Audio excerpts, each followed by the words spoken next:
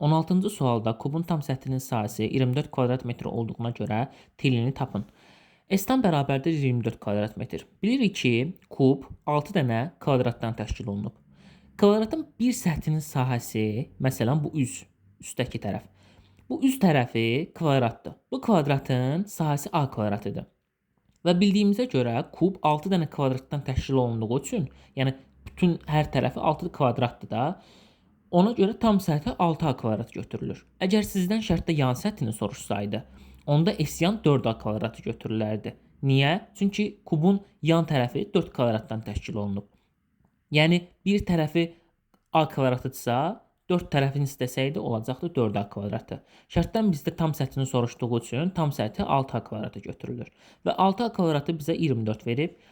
6A kvadratı 24-ə bərabərdirsə, tənliyin hər tərəfini 6-ya bölsək, A kvadratını tapırıq 4.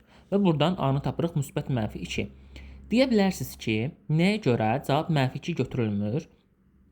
Çünki tərəf heç bir zaman mənfi qəbul olunmur. Ümumiyyətlə, sahə heç bir zaman mənfi qəbul olunmur. Ona görə müsbət cavab götürülür. Cavab B bəndidir.